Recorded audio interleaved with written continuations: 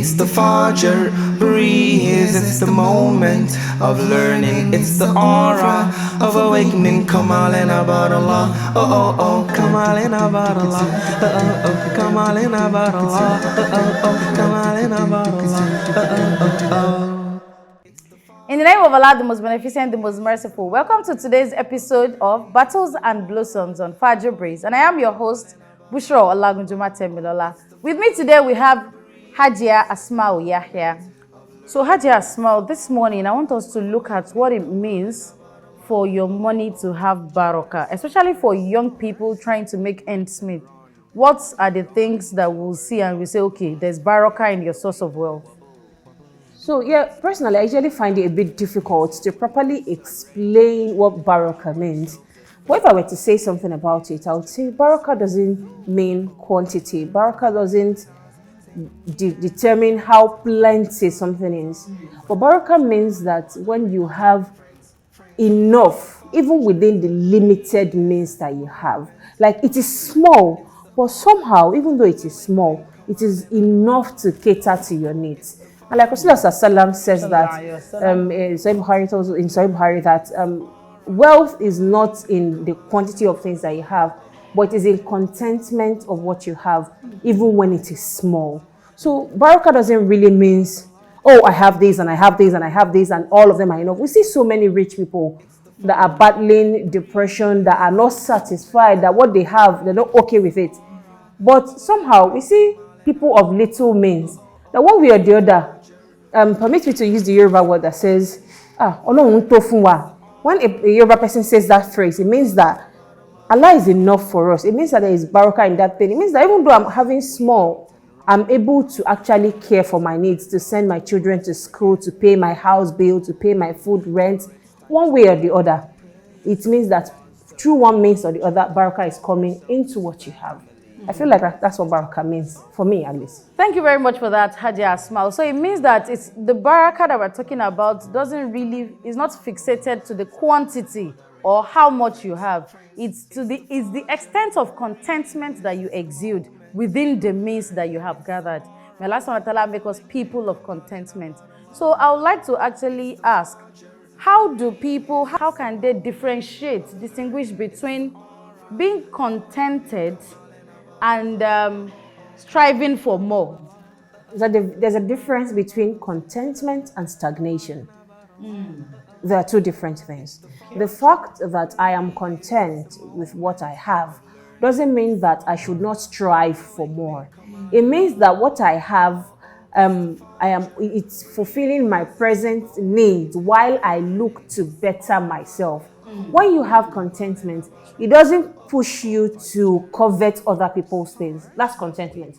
Contentment is me saying, even though I wish I had 100 naira, I have 80 naira or I have 70 naira, and well, okay, though it's not enough, it's fine. So I keep working to get more. That is contentment. So contentment takes away greed. Contentment takes away envy for other people's things or jealousy. So contentment in my own space says, I am fine. I want more, but I am fine now. I want more. So me wanting more is what will constantly push me to keep working, to keep making myself better, to keep equipping myself for more opportunities when they arise. But contentment says, even though I am here now, Alhamdulillah, I am grateful to Allah. Right? I hope that difference is clear. Yes, it is. Thank you very much for making it crystal clear. So before we call this a wrap, can you give us two things to be wary of on your ladder towards getting better, striving harder? What are two things that Muslims should be wary of so that along the line they don't lose the barakah that they are striving to earn?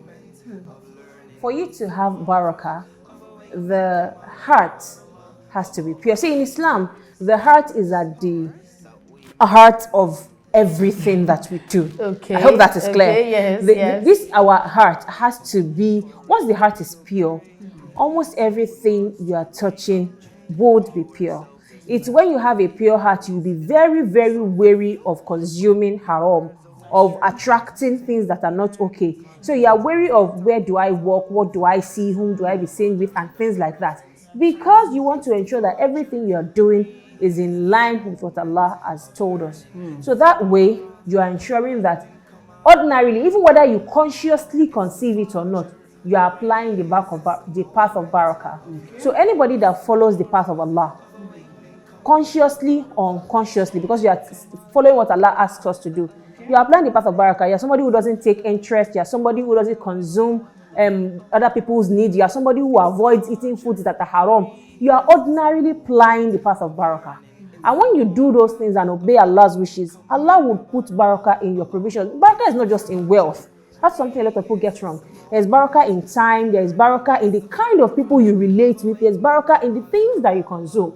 So the more you do for Allah, the more Allah keeps guiding your way, things that will continue to bring Him closer to you and taking you away from things that are haram or things that will take you away from Him. Allah Akbar. Thank you very much for that parting shot, that the more you do things that brings you closer to Allah, the more Allah takes you away from things that can lead you towards disobeying Him. And that is on that note that we call it a wrap for this episode. Thank you so much for staying with us till the end. And of course, till when next we come to grace your screen, it's still Battles and Blossom. And I have been your host, Bushra Olagunju-Matemilola. Assalamu alaikum wa rahmatullahi wa barakatuh. It's the FAJR breeze, it's the moment of learning, it's the aura of awakening. Come on in about Allah, oh oh oh, come on in about Allah, oh oh oh, come on in about Allah, oh oh oh, come on in about Allah, oh oh oh.